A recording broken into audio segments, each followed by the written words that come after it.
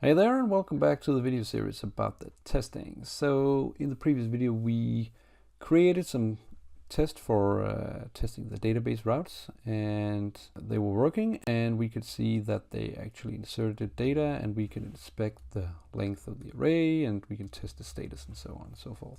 But this is kind of a mess because we have a lot of different tests in the same. We also have some functions that we might want to use to other functions if we want to test the users or something like this. And generally it could be nice to have some sort of test setup file here.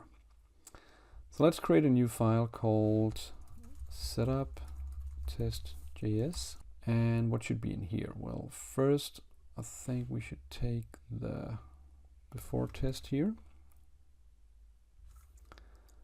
Well, let's just put them in here.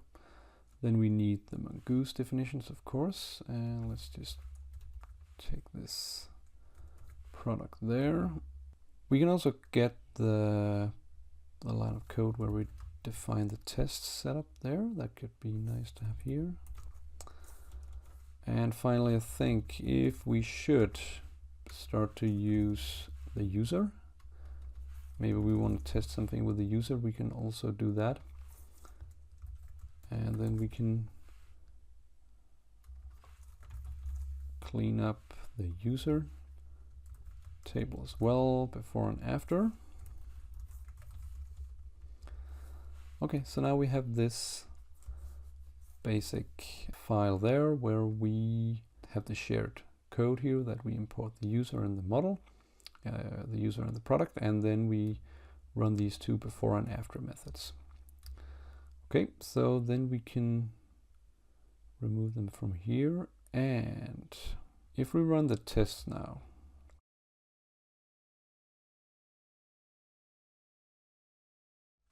successfully connected to MongoDB, and so was running on port 4000. So that seems to be working out of the box here. Yeah, so we're cleaning up. And we both cleaning up in the user and the product. And let's just see if we can, if they're still inserting data.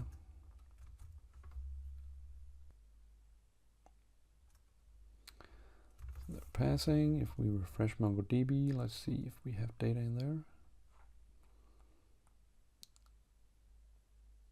Okay, we got the test product, so that is nice. So the cleanup is working afterwards. We can see we're cleaning the database. Okay, so this is the setup, and I think I misspelled it actually. Test. So that is nice, and Mocha will scan through this directory and run any test files that are in there. Okay.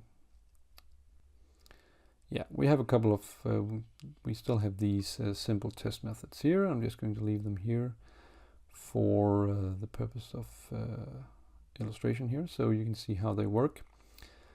And I think that is pretty much it for this video there, and for this series about how we can use this testing framework.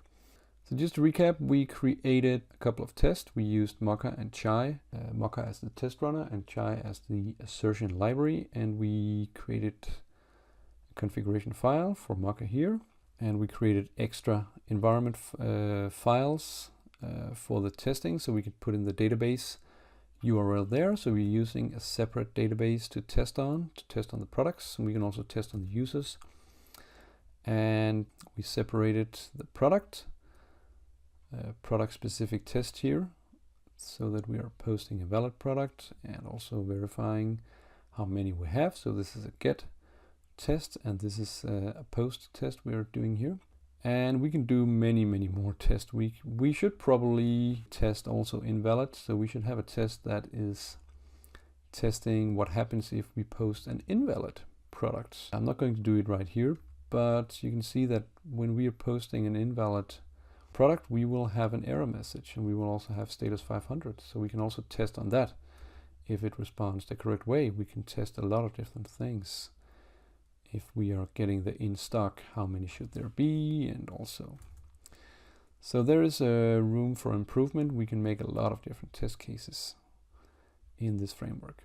Okay, so this is it for this video. I hope you can make this work and have fun with this. Bye bye.